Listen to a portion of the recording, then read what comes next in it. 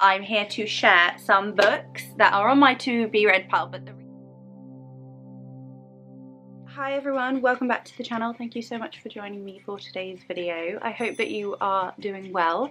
As you can see, it's not the normal setup, and that's really just because I am really burnt out. I'm really tired. I've had a flare up. It's really hot here in England. Last weekend was the solstice, so that might give you a little bit of an idea of timescales, because I wanted to explain that like my videos are coming out at like not a good rate right now. What I mean is I'm filming and then getting the video out like months later, so things don't seem to make a lot of sense. But yeah, I don't really make a lot of sense at all either, so I think everything's a little bit chaotic in my world, and yeah, health is just like an ongoing kind of like journey, and yeah, so.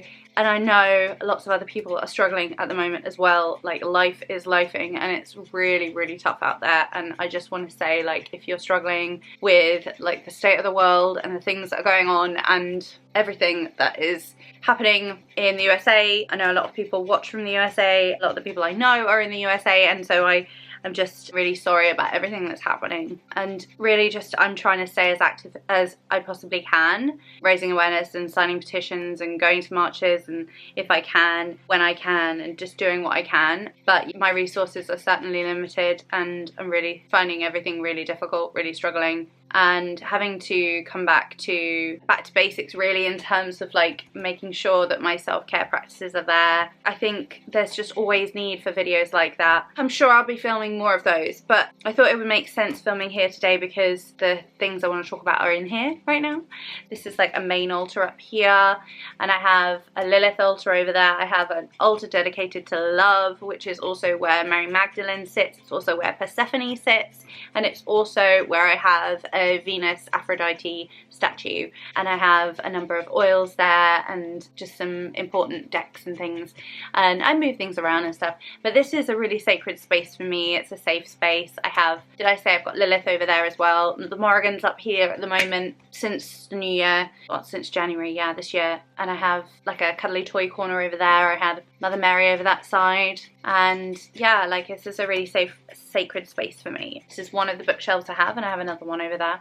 There is a big long to be read pile, and so enough with the chatting really. It's just because my brain is like all kinds of, at the moment with fibromyalgia, I'm fairly certain I need to get a diagnosis for neurodivergence, but because my daughter is going through that right now herself, there's just a lot to manage. There's a lot going on in my little world, and it's really hard. It's not easy. So showing up here is kind of like a little bit of a, I don't know, like a little moment to check in each time, and I like to think that I kind of bring moments of peace and kind of meditative calm and things to muse upon. I like to think that I share things that I've learned and that are kind of ongoing lessons for me. I like to think that I share teachings as well around the occult, paganism, magic, witchcraft, the kind of folk magic traditions that I'm interested in, based here in England, and just sharing the things that are important to me and the deities I work with. And you know, I would love for my content to be more streamlined and for it to feel more professional, and for, you know, the algorithm gods to smile upon me, but that's probably not gonna happen. And I think actually the best thing that's come out of being here is being able to connect to some like-minded individuals who are just amazing.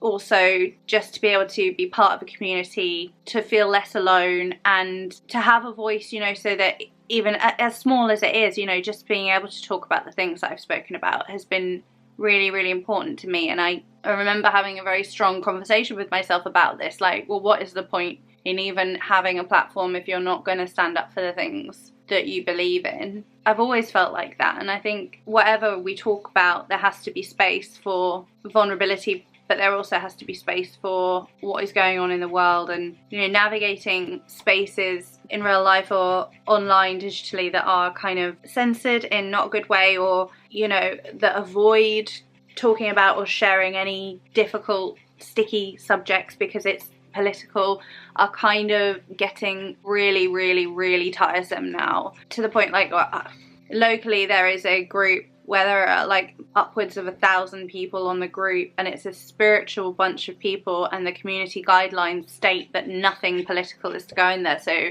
you want to talk about the planet burning, you can't. You want to talk about Palestine, you can't. You can't talk about anything. And it's like, oh, this is, I mean, you can't talk about disability rights, you can't talk about anything without someone like shouting you down, and it's just ludicrous. I think sometimes I don't get this world. But we're not here for this. I've been chatting now. I'm gonna explain. There's a chatty portion, then there's the actual part you're here for, so you can skip all of that. But basically, yeah, I'm here to share some books that are on my to be read pile. But the reason I kind of led with the sort of mini life update, like, look how crazy my life is and how awful I feel and how I'm showing up anyway, and just like being real on camera for you all and how embarrassing.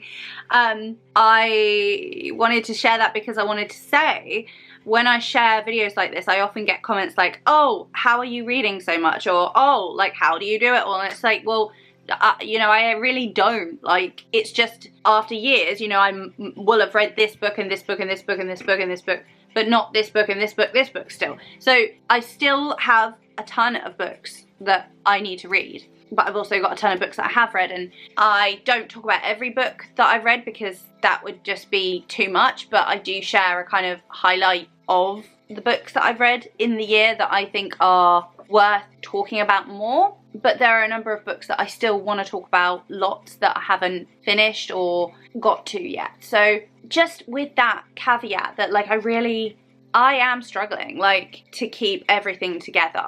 You know, I'm struggling in every single part of my life. So things are not hunky-dory. And so, like, if you watch a content creator or something and think they've got everything, all their ducks in a row, it's not the case. And also, I don't think that people who are spiritual teachers necessarily, I don't think people have to be healed all the time or have everything perfect in order to offer spiritual advice either, because I know I've gotten some of the best advice from people who are currently going through pain and trauma and suffering, and they're just the most incredible spiritual teachers and, you know, mentors. And so I would really caution against, like, trying to find a teacher or a practitioner if you're looking for, like, a mentor who has got all of their shit together, because I don't think anyone does, especially now in this world we live in where everything is just crumbling and we are fighting to keep rights and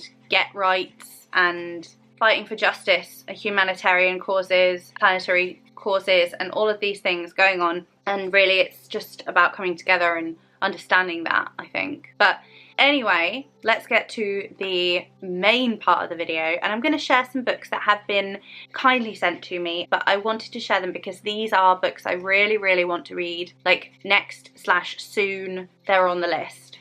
And so here they are. So a few of these have come from Aeon Publishing. I have one from Llewellyn and I have 3 from Crossed Crow Books. Let's look at this one. This is The Tameless Path, Unleashing the Power of Invasive Plants in Witchcraft. And this is by Camden Cornell from Crossed Crow Books. If you are not familiar with Crossed Crow Books, I highly recommend that you check them out. They have some of the most amazing books. They have some sort of like folk-leaning, traditional witchcraft kind of adjacent themed books. Very shamanic in nature or ecstatic kind of practices, because obviously I have a massive interest in hedgecraft as well as herbalism and folkloric witchcraft. This seemed like a perfect book for me, so I cannot wait to get into this. It just looks like a real treat. It says, at the edge of the crooked path and the convergence of the crossroads, there exists a possibility for 2 groups of outsiders, witches and weeds, to meet in botanical rebellion. Now that sounds amazing to me. So I personally love working with considered weeds. So I have a ton of weeds in my garden because I love them. So there's lots of nettle. We have mugwort, that I actually planted myself in the garden, and you know, just things like dandelion and things I absolutely love, and we have some wildflowers at the front. There's a lot of weeds locally. They're just really, really beautiful. I think things like thorns, some of the most beautiful. Anywho, it says, it is here in the waste places, the disturbed soils and the tall grasses at the edge of things that we find allies that have long been overlooked and undervalued, if not outright vilified, much as the witch has been. Absolutely. These plants, known as unwanted and dangerous, are all powerfully medicinal and greatly magical, waiting for us to see them as kin. The tameless path sheds light on these underappreciated allies and makes the introduction between weeds and witches. It sounds amazing. From the resurrective and divinatory properties of acacia and chaotic strength of ivy to the soothing remedies velvet weed offers, Camden Cornell invites you to build a new relationship with the land itself. A stunning compendium of rituals, recipes, and folkloric ecological knowledge, this book is a gateway to creating resilient communities between ourselves and our fellow misfits on the fringe, forging a better understanding and healing care for the environments and spirits around us. An apothecarist and wart cunner, Camden-esque Cornell has an avid love for plants of all kinds, a bioregional animist and folk witch, yep. They specialise in using the plants around them for their herbal and magical craft. As a non-binary gay queer, the outside perspective is important to them, and they are deeply drawn to the invasive species which have been much maligned and persecuted. That working relationship spurred the creation of the tameless plants, unleashing the power of invasive plants and witchcraft. So it looks absolutely beautiful, and there are some gorgeous illustrations throughout as well, like this, like bindweed. Just gorgeous. Oh, this looks amazing. Materia Medica. So there's for creating compresses, poultices, salves, ointment, oil infusions, alchemical preparations, rectification, distillation, fermentation. Beautiful. Lazy Man's Spagyric. This is done with the use of a Soxhlet extractor, which is a 3-piece chemistry apparatus. So you're getting into real alchemy here. Beautiful. It goes into the doctrine of signatures, of course, planetary pentacles, of course utilising planetary hours and the elements. So I think this would be such a beautiful book for anyone interested in herbalism, but interested in that kind of alternative herbalism. Also, if you dip your toe into like the poison path, like Kobe Michael, Harold Roth, that book, incredible. I think a lot of these plants we don't have access to here, but some of them we probably do.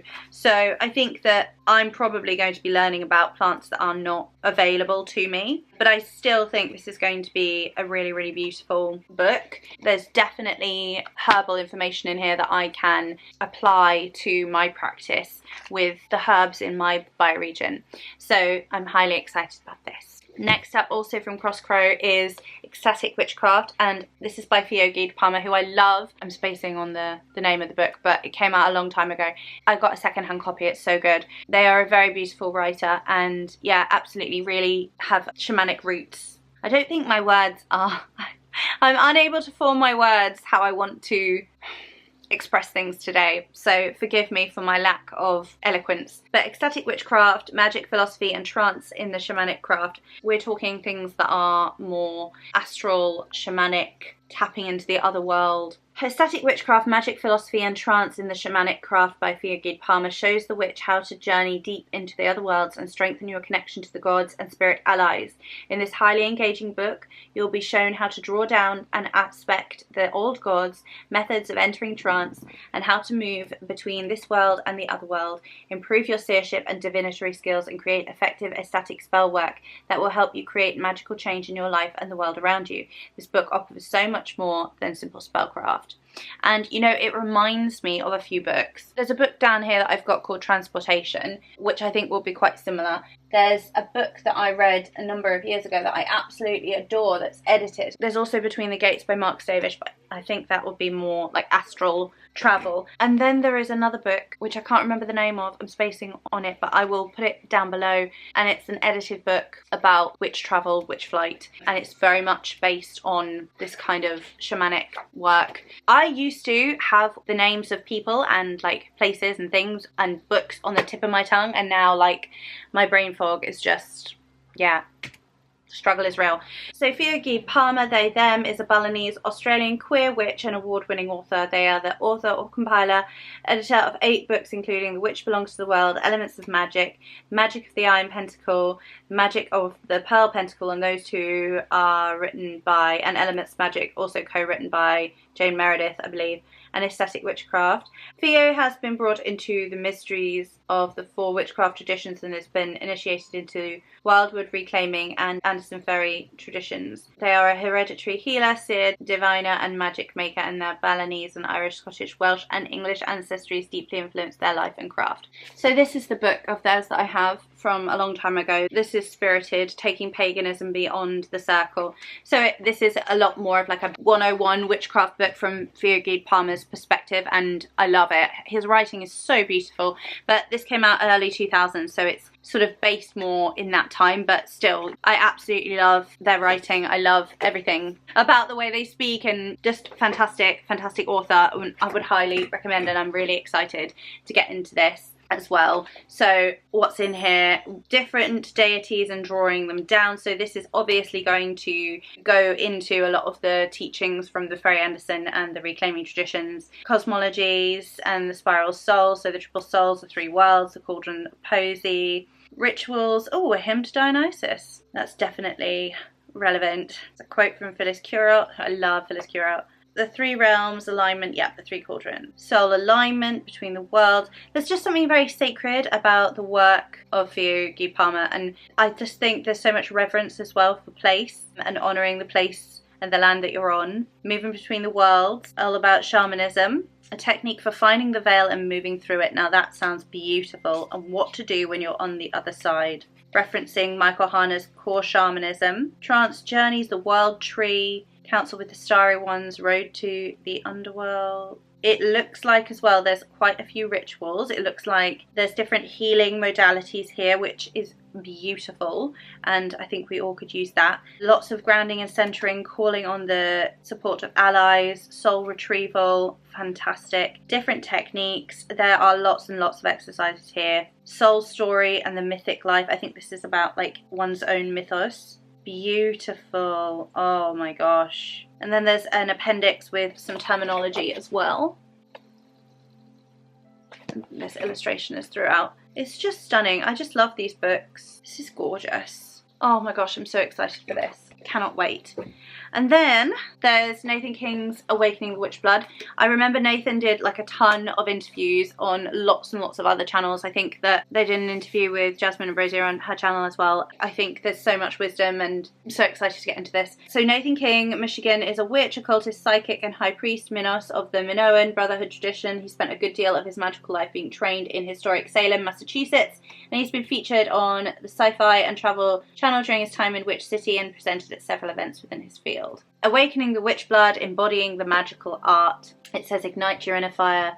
Drawing on the myriad of beliefs from European witchcraft traditions, Nathan King has created an impressive guidebook combining mythology and folklore with operative rituals designed to enliven and quicken the metaphorical witch blood that courses through our veins. Learn the mysterious and often convoluted origins of the witch's power and dive deep into the practice. Learn the secrets of the magical trance work, techniques to raise magical power, and a plethora of unique spoken charms and spells. Instructions for honouring the old witch gods accompany rituals of ancestral healing and methods of inducing witch flight. The experience and mysteries of magic and magic of the witch blood, and let Nathan King show you how to claim your own power as a witch. There's something for everyone in Awakening the Witch Blood, regardless of your magical path. I'm so excited. Oh my gosh, I just opened the page on Sacred Performing Theatre and Drama, and if you have watched my channel, you'll know that that was part of my like whole background, or mythos if you will, and incorporating theatre and art and drama and dance and song and everything into my practice has been a big thing for me. And also like in terms of ritual, I think so exciting. So that's really, really cool that there's that, like, and it was the first page I opened up to.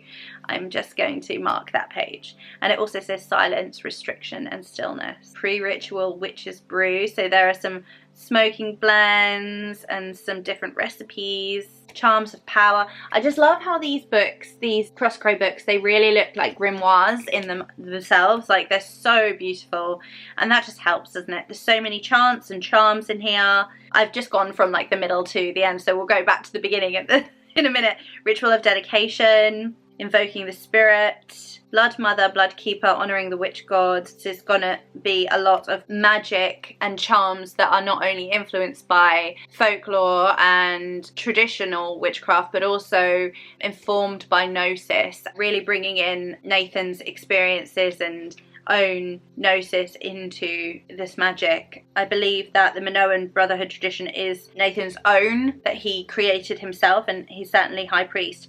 As I said, like, there are a ton of interviews with Nathan on YouTube that I remember seeing when this book first came out, so I would highly recommend that you go and watch some of those. An elaborated theory of witchcraft, heretical history. Oh, Flying Ointment, fantastic. I love a good Flying Ointment. Veneration. Oh my gosh, I'm so excited for this book, honestly. Okay, then going back from the middle to the start, Rite of Hallowing. So different, like, traditional witchcraft rites. There's different tools.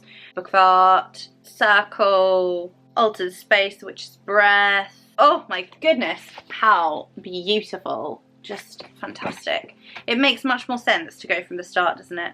Okay, recommended read. That's lovely. The fact it's got recommended reading there, and it's got all of, like, my favourite people, like Daniel Shulk, Michael Howard, Gemma Gary, Nigel Jackson, Folkloric Devil, Fires of Azazel, Lucifer, the Olympian Spirits, the Archangel. So it's going into a lot. Like, I think that these books really are complementing one another. So this is all about working with the old ones and then also with the dead, kind of like gathering your spirit team. This is just gorgeous, you know. This is the kind of book like I dream of writing. I'm super excited to read this. I have high hopes for all three of these books from Crosscrow, so thank you for sending that to me. So Aeon sent me Tarot for Skeptics, Practical Use of Divination, The Psychic Results by Ari Friedman. I am really excited for this. A compelling method of divination guaranteed to teach skeptics, materialists and atheists to get spooky results within their first hour within the tarot. So I think it can take you from a beginner to a professional, but you can still be skeptical. Now, I don't think I'm necessarily a skeptical person they're talking to, but I just love dipping in and out of tarot books. I think it really helps to continue reading to enrich your craft and your divinatory skills and confidence as well. By the end of the book, readers will not only be tarot experts, but also have an understanding of what divination can and can't do. That's quite a statement. It gets deep into the psychology and nature of symbolism, storytelling, counselling, our intuition, and what is and what isn't going on with psychic phenomena. Fantastic. Okay, Tarot for Skeptics contains a complete comparison between the Rider-Waite-Smith, Crowley's Thoth, and the Marseille decks. Amazing. In-depth descriptions of every card, a complete history of tarot and its relationship with playing cards and magic. Wonderful. So that sounds like it's covering a lot of bases there.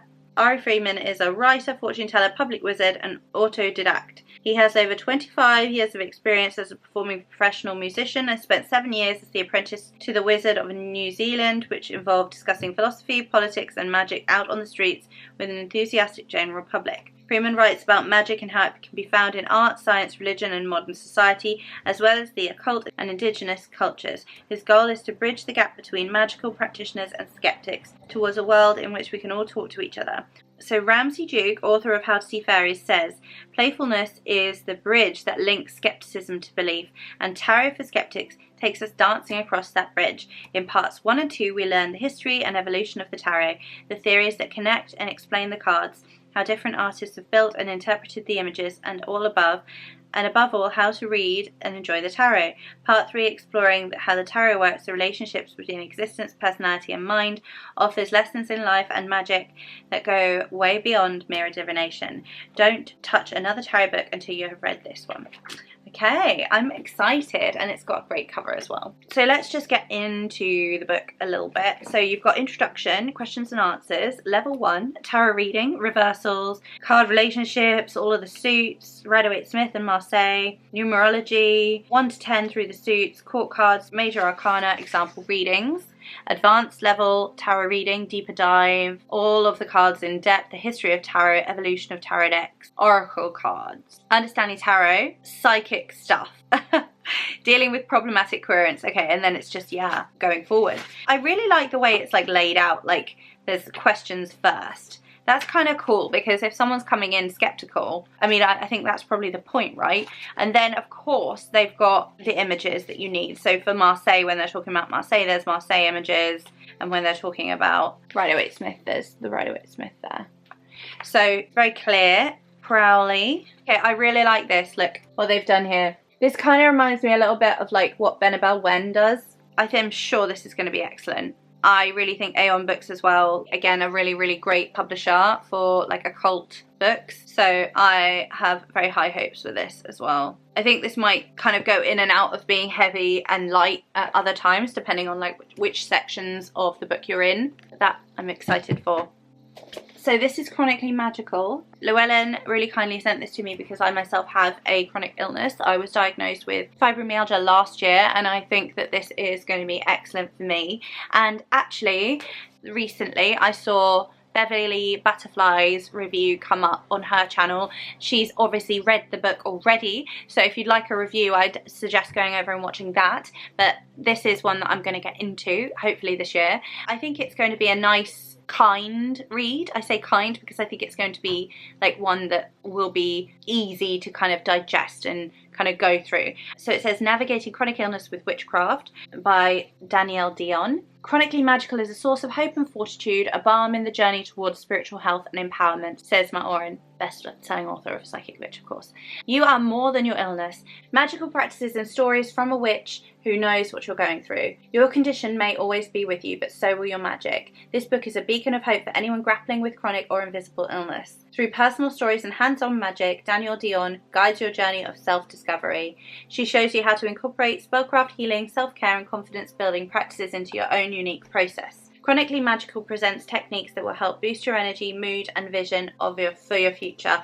While it can't cure your illness, this book teaches you how to accept help from others, grow from grief, pace yourself according to the spoon theory, fantastic, I'm a spoonie, and more. You'll also learn how to work with stone, plant and animal allies. From energy clearing to spirit communication, Danielle covers every aspect of staying magical and manifesting change for the better. And there's a foreword by Amy Blackthorne, author of Blackthorne's Botanical Magic, an amazing book. Danielle Dion is a professional psychic medium, witch herbalist and author of magical mediumship. She's a high priestess in the Temple of Witchcraft tradition, serving as Scorpio ministerial, deputy for death and dying, sacred sexuality and ancestral connections. That sounds amazing. She's trained under internationally renowned mediums including John Holland and Tony Stockwell, and under prominent magical occult teachers such as Christopher Penzac and Devon Hunter. Additionally, she studied at the Arthur Findlay College, a spiritualist college in Stansted, England. I've looked at the courses there. They look fantastic. She's been teaching psychic development since 2009 and runs Seed and Sickle, an online space where she offers her services. She wrote a book on mediumship. Is it magical mediumship? Because I've had that on my list for ages, but I don't have that book yet, but one day I'm sure. Part 1, Caring for You. So your new reality, accepting help, hygiene, your sacred home, then opening up to magic. So I think this is probably going to be quite a beginner book in terms of magic, but also I've not read a book about fibromyalgia or chronic illness really, so for me that side of things is going to be good. Finding allies, plant spirit allies, breathing into blood, body, bones. Oh, dispelling guilt. Okay, I'm already gonna love this. Yeah, love your self-attraction bath soak. So there's lots of practices by the looks of it, as well as spells, recipes, practices, exercises, body scans. I think those kinds of things are so helpful. It looks like there's a spoon spell. That sounds amazing. Healing visualization spell. That sounds fantastic too. I've got a vibrational track that's supposed to heal pain, and I listen to that when I'm falling asleep sometimes if I've got a lot of pain. There's some nice tea, shadow work, journaling, healing stone, beautiful vagus nerve neck exercise. That's what I do. Amazing. I think I'm going to love this, you know. Making a flower essence. So it dips into a lot of different practices. So I think probably quite eclectic for witches of that kind. And it's structured like a lot of the Llewellyn books. So, you know, it's pretty and it's easy to kind of digest and read through. And the exercises are very clear. Everything's laid out really clearly. It's very accessible in that way. The book's quite light. I'm excited for some of these. Asking for help. Oh, I'm going to love this. I can tell I'm going to love this book. Even though, like, I think this is very basic witchcraft book. It's like one of those lovely, comforting self-care kind of books,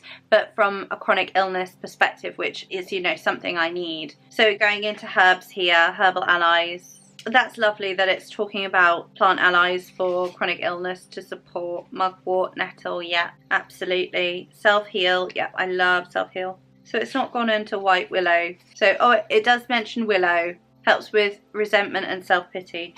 But yeah, white willow bark for me has been really, really helpful with pain. Stones, crystal grids, lovely. So I think, like, for anyone who's new to witchcraft, who has an existing chronic illness, this is going to be amazing. But also someone like me who's been a witch for a long time, who started practicing, you know, when I was 11, 12, I still will get a lot out of this because I've never read a book on chronic illness and I was only diagnosed last year. So for me, I think this is going to be really, really supportive and helpful and amazing for my journey. So I'm really excited. I have 2 books which I will share together.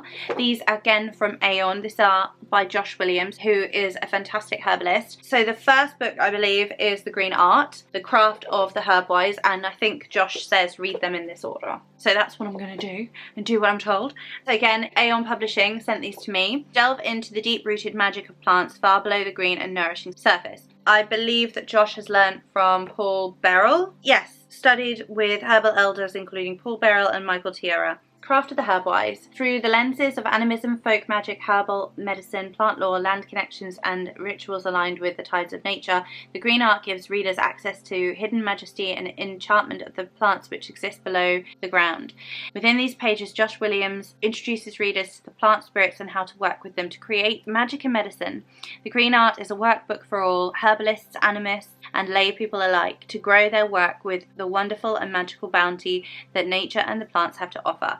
So Kobe Michael, obviously occult herbalist, plant spirit practitioner and author of the Poison Path Herbal, says this is an outstanding work. And then there's a lot more. Ash William Mills, author of the Black Book of Isbalgalia book I love as well. Josh Williams brings together a much spirited praxis for the Green Thund animist, informing the reader of the magical world of our green companions and providing deep spiritual gnosis, known by the author as the Green Mysteries. Vrilek Feymana, a herbalist, green witch and artist, says, I feel this book is like a watercolour paint box where each chapter is a colour itself, alive, and the offering is a very natural language, a seed of radiant beauty. How gorgeous. Josh Williams runs a successful clinical practice and herbal apothecary near Salt Lake City. Inspired and dedicated teacher of spiritual herbalism with over 20 years experience, having studied under, yeah. So I have actually started this, but it was over a month ago now, so I want to start again. But it begins with an invocation and then it goes on. So initiations and the mysteries, the nature of the hedge walker. So I think there's going to be a lot of animism in this, a lot of relationships of brightness, a lot of like how to build a relationship with the plants, how to walk alongside them, how to live with them and not just have this sort of like attitude to the plants where they're here to give us things and do things for us. It's much more of a like we live with them and they are part of us and we are part of them and we exist together in a world, and how can we come together with them, how can we commune with them, how can we gather together with them, and what can we give to them. Practicing presence, beautiful, yeah, just being present. Chlorophyll, verdant breath, ritual breathing, vital force, a lot of energetics already. Entering the green, I think there's going to be a lot of really beautiful meditative practices that are going to come from this. Medicine, dreams, kith and kin, deities of the green realm. So this is really going into everything. So I know Josh has talked about the green man, and so I can imagine, yeah, the great green god, sovereign goddess of the land, river, mountain, meadow and desert. So going into all kinds of bioregionalities, sacred circles.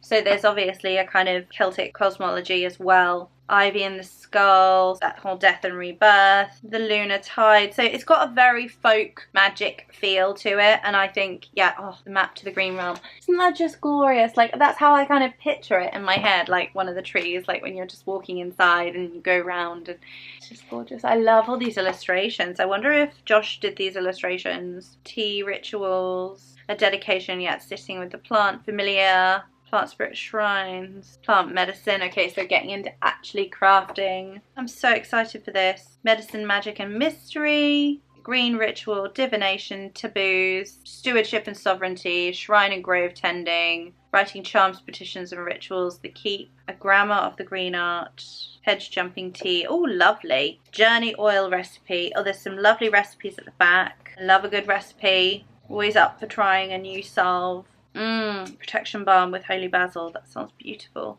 Herb infused salt dough. Oh, beautiful for making decorations and things. I love this. Oh, okay, and so going into how to make tinctures. Fantastic. How to make digestive bitters, different potions, trance states, a daily flow. Amazing. Oh my gosh, this book is so chock full. I cannot wait to dive into this.